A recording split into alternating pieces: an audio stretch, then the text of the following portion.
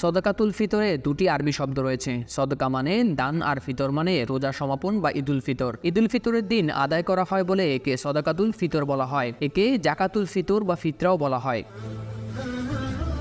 সদকাতুল ফিতর বা ফিতরা দেয়া ওয়াজিব। রাসূল সাল্লাল্লাহু আলাইহি সাল্লাম ছোট বড় নারী পুরুষ সব মুসলমানের জন্য তা আবশ্যক করেছেন। ইসলামী শরীয়ত মতেই সদকাতুল ফিতর আদায় করা ওয়াজিব।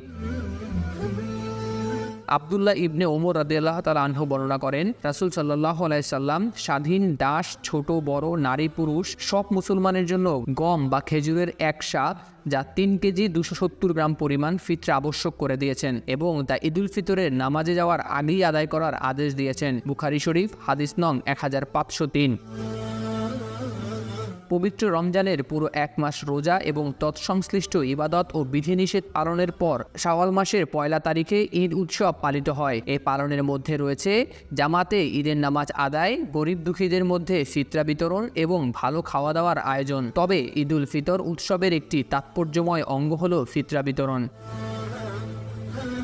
রোজার সময় সংযম সাধনায় কোনো ত্রুটি বিচ্যুতি ঘটে থাকলে তা সংশোধন এবং সমাজের সর্বস্তরের লোক যাতে উৎসবে অংশগ্রহণ করতে পারে সেজন্য গরিব দুঃখীদের মধ্যে একটা নির্দিষ্ট হারে সদকায়ে ফিতরা বিতরণ করতে হয়। প্রত্যেক সমর্থ মুসলমানের জন্য ফিতরা দেয়া ওয়াজিব। মাথাপিছু কত টাকা ফিতরা দিতে হবে তা আগেই রাষ্ট্র কিংবা সংশ্লিষ্ট ধর্মীয় কর্তৃপক্ষ নির্ধারণ করে দেয়। নিয়ম হলো ঈদের নামাজ পড়তে যাওয়ার আগেই এ ফিতরা পরিশোধ করতে হবে। তারপর ঈদগাহ কিংবা তার অভাবে বড় মসজিদে ঈদের নামাজ আদায় করতে হয়। এবছর ফিতরার হার জনপ্রতি সর্বোচ্চ 2970 টাকা এবং সর্বনিম্ন 115 টাকা নির্ধারণ করা হয়েছে। ফিতরা কেন দিতে হয়? 1. রোজাদারদের রোজায় যেসব দুর্বলতা ও ভুল হয় তা থেকে পবিত্র হওয়া। 2. দরিদ্রদের প্রতি সদ্ব্যবহার। 3. ঈদুল ফিতরের দিন দরিদ্রদের ভিক্ষা করা থেকে বিরত রাখা। 4. তারাবি ও রোজার মতো নেয়ামতে ধন্য করায় আল্লাহর কৃতজ্ঞতা জ্ঞাপন করা। 5. উদারতা ও সহমর্মিতার চর্চা করা।